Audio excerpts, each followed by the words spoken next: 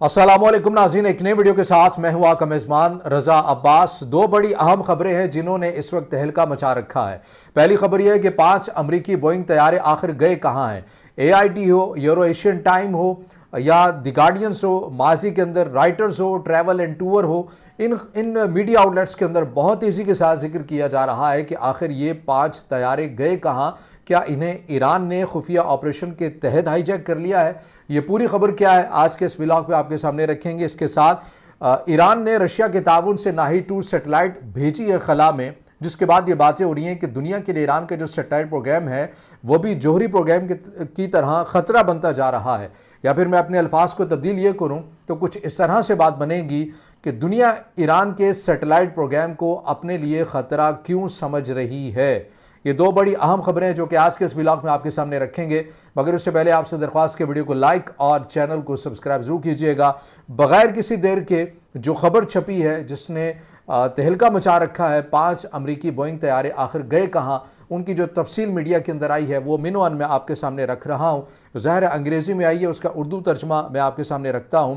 कि ये AID जो कि ब्राज़ील की एक वेबसाइट है लेकिन यूरोपियन बेस्ड ये वेबसाइट है, इसने और यूरो एशियन टाइम में ये खबर छपी है। क्या छपी है? इस खबर के मुताबिक ये बताया गया है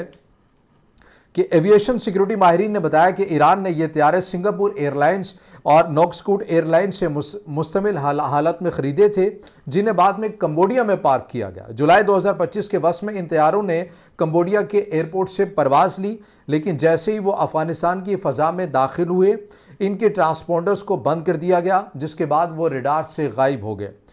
एविएशन इंटेलिजेंस एजेंसियां चौंक गईं कि ये हुआ क्या है, अचानक ये रडार से क्यों गायब हो गए हैं। लेकिन इससे बड़ी हैरानकुन खबर ये थी कि कुछ ही देर बाद ये तैयारे ईरान की फ़ज़ाई हदूद में नमूदार हुए, जहां इनका लैंडिंग किया गया या इन्हें लैंड करवाया गया। एविएशन तज्ज़ियाकारों ने यह बताया कि कार्रवाई पाबंदी से बचने के लिए एक पेचीदा नेटवर्क का हिस्सा थी, जिसमें कंबोडिया, मडागास्कर, ये एक अफ्रीकन मुल्क है, एक आयरलैंड के ऊपर जजीरे के ऊपर मुश्तमिल एक मुल्क है, उसका जिक्र किया गया है। इंडोनेशिया और मुमकिन तौर पर ओमान, शाम, सर्बिया और वेनेजुएला शामिल थे इस पूरे ऑपरेशन के अंदर, ये खबर के अंदर बताया गया है।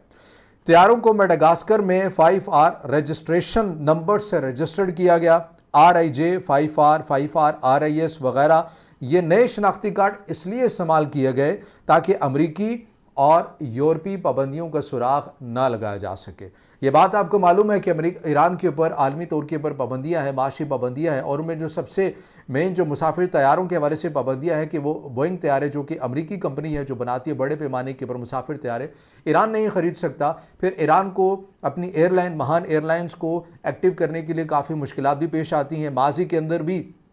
ईरान ने ऐसे ही एक बैनुल-अक़वामी पाबंदियों से बचने के लिए एक ऑपरेशन करके ख़ुद को भी सेव किया और तैयारे भी हासिल के लिए माजी के अंदर भी रिकॉर्ड है। राइटर्स ने 2020 के अंदर इसी से मुतल्लिक खबर भी शाया की थी, जिसमें पूरी डिटेल्स के साथ इस चीज़ को बयान किया गया था, और अभी उसके साथ साथ दोबारा हुआ है। महान एयरलाइन से मुतल्लिक चूँकि आलमी पाबंदियाँ इस एयरलाइन के ऊपर, और पाबंदियाँ इसलिए हैं कि उसके ऊपर ये इल्ज़ामात लगाए गए हैं जो पाबंदियों की वजह बने हैं कि ये कुछ ऐसी तंजीमों को भी सामान वगैरह उसकी तरसील करते हैं जो आलमी सतह के ऊपर बैन तंजीमें हैं और जिनकी ईरान जो है वो पुष्पनाही करता है। ये इल्ज़ामात हैं और इसी बिना के ऊपर ईरान की जो एयरलाइन है उसे भी बैन किया गया। और यही वो वजह है कि जो अमेरिका के मुसाफिर तैयारे हैं बड़े पैमाने के ऊपर जो दुनिया को सप्लाई करता है वो ईरान को नहीं दिए जाते हैं। लेकिन अब ये ईरान ने अपनी ज़रूरत को लेने के लिए, उसको ज़रूरत थी, और उसने कैसे एक मरबूत नेटवर्क इस्तेमाल करते हुए इन तैयारों को अपने मुल्क में ले आया है, जिसकी वजह से जो एविएशन इंटेलिजेंस ज़राए हैं वो भी हैरान और परेशान हो गए कि आखिर ये हुआ क्या है, ये कैसे ईरान में पहुंच गए। अब इसके अंदर जो आगे जो चीज़ आई है कि यहाँ पर ट्रैवल एंड टूर वर्ल्ड जो वेबसाइट है उसमें ये रिपोर्ट शाया हुई है, और इस रिपोर्ट में बताया गया है कि ईरान ने सिर्फ बोइंग तैयारे ही नहीं बल्कि पहले भी पाबंदियों से बचने के लिए ममालिक के साथ फ़ज़ाई और तकनीकी मुआहदे किए। इन मुआहदों का मकसद अमरीकी और यूरोपीय निगरानियों से महफूज रहना था। अब इसके ऊपर अमरीका की या मगरबी ममालिक की जानिब से भी मज़म्मत की गई है, और कहा गया है कि ये तरीक़ाकार जो है बैन अल-अक़वामी जो पाबंदियाँ हैं उन्हें बाईपास किया गया है, उनका मजाक उड़ाया गया है और ईरान ने ऐसा इक़दाम किया है, ये दुरुस्त अमल नहीं है और इसकी जो है ये मज़म्मत भी की जानी चाहिए। और इसमें आलमी तन्हाई में भी इसकी एविएशन टेक्नोलॉजी की तरक्की और पाबंदियों में एक बड़ी मिसाल बनकर आई है ईरान की, इसके ऊपर भी काफ़ी जिक्र किया जा रहा है और इसके साथ साथ बहुत बातें की जा रही हैं, इसके ऊपर बहुत कुछ लिखा जा रहा है कि आखिर ये कैसे जो 5 अमरीकी बोइंग तैयारे हैं ये ईरान में पहुँचे हैं। तो अब इसके साथ साथ ईरान ने सरकारी सतह के ऊपर इसकी तस्दीक नहीं की है, लेकिन जो ख़बरें शाया हुई हैं, जिन मीडिया आउटलेट्स के बड़ी ख़बरें आई हैं, उनके हवाले मैंने आपको बता दिए हैं, वीडियो के अंदर भी, डिस्क्रिप्शन में भी मैं दे दूंगा। वो कोई अगर हमारे दोस्त आज़ादाना तौर के ऊपर देखना चाहें तो वो ज़रूर इन ख़बरों की तहकीक भी कर सकते हैं। दूसरी ख़बर के ऊपर आते हैं, ईरान का जो सेटेलाइट प्रोग्राम है आखिर ये क्यों दुनिया के लिए ख़तरा बना हुआ है, या दुनिया इसे क्यों अपने लिए ख़तरा समझ रही है। ये बात याद रखिए कि 2005 के करीब बताया जाता है कि ईरान है उसका सेटेलाइट प्रोग्राम शुरू होता है और महज उसके कुछ ही सालों के बाद यानी कि 2008 में पहला जो एक सेटेलाइट है वो खला के अंदर भेजा जाता है ईरान की जानिब से। फिर 2009 में इस प्रोग्राम के फ़ाल होने के बाद सजील मिसाइल जो ईरान इसराइल कशीदगी के दौरान जिसका चर्चा था, जिसकी बातें हुई, वो सजील मिसाइल उसका तजर्बा 2009 में किया। बताने वाले ही बताते हैं कि जो सेटेलाइट प्रोग्राम है उसके अंदर मज़ीद जो एडवांस सिस्टम है वो ईरान हासिल कर रहा है। अपने मिसाइल सिस्टम के अंदर नेविगेशन सिस्टम को मजबूत करने के लिए अपने सेटेलाइट प्रोग्राम को उसके साथ मजबूत करता है, लिंक करता है। और 2005 में ये प्रोग्राम शुरू किया और 2009 के अंदर एक मिसाइल का तजर्बा भी कर लिया, सजील मिसाइल का, जो कि एक ख़तरनाक भी समझा जाता है। फिर 2011 के अंदर रसद नामी एक सेटेलाइट थी, उससे भेजा गया। फिर उसके साथ 2011 के अंदर ही ईरान ने अपने इस प्रोग्राम को, जो अस्करी क़ुव्वत है, अस्करी या आर्मी है उसको कह लें, उसके साथ इस प्रोग्राम को लिंक कर दिया और अब ये अस्करी तौर के ऊपर मुकम्मल इस प्रोग्राम को देखा जाने लगा। शुरू से ही देखा जा रहा था, लेकिन बाज़ाब्ता तौर के ऊपर आप ये कह सकते हैं 2011 के अंदर ये चीज़ हुई। फिर इसके साथ साथ 2020 के अंदर भी ईरान की जो अस्करी क़यादत है उन्होंने अपनी एक सेटेलाइट भेजी दिफाई नुक्ता नज़र से। अब 2025 की अगर हम बात करें तो नाही 2 मिसाइल रशिया के ताबन से ये भेजी गई है और इसके अलावा जो पहले इससे भेजी गई थी वो नूर 2 सेटेलाइट थी,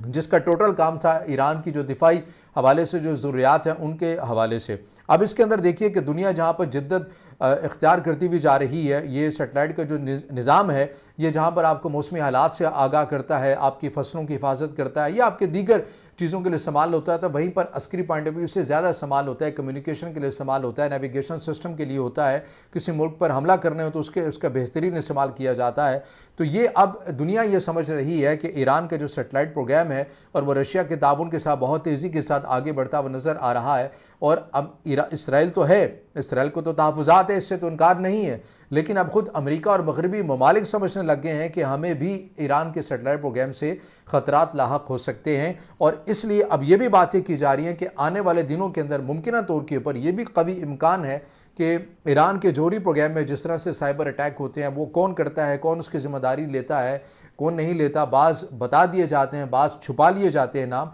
तो इसी तरह ईरान के जो सेटेलाइट प्रोग्राम है इसे भी रोका जा सकता है या इसके ऊपर साइबर अटैक करके इसे कुछ साल या 20-25 साल पीछे धकेला जा सकता है। आपको तो मालूम है कि 2009 या 10 के अंदर ईरान के जोहरी प्रोग्राम के ऊपर साइबर अटैक तो हुए, लेकिन उसकी वजह से ईरान काफ़ी पीछे चला गया और वो बड़ा कामयाब हमला भी हुआ, उसमें भी इनकार नहीं। और ईरान ने खुद इस चीज़ को एक्सेप्ट भी किया कि साइबर अटैक की वजह से हमारा जो ये प्रोग्राम है ये काफ़ी साल पीछे भी चला गया। इसी तरह हम ये बातें की जा रही हैं कि सेटेलाइट प्रोग्राम जो ईरान का है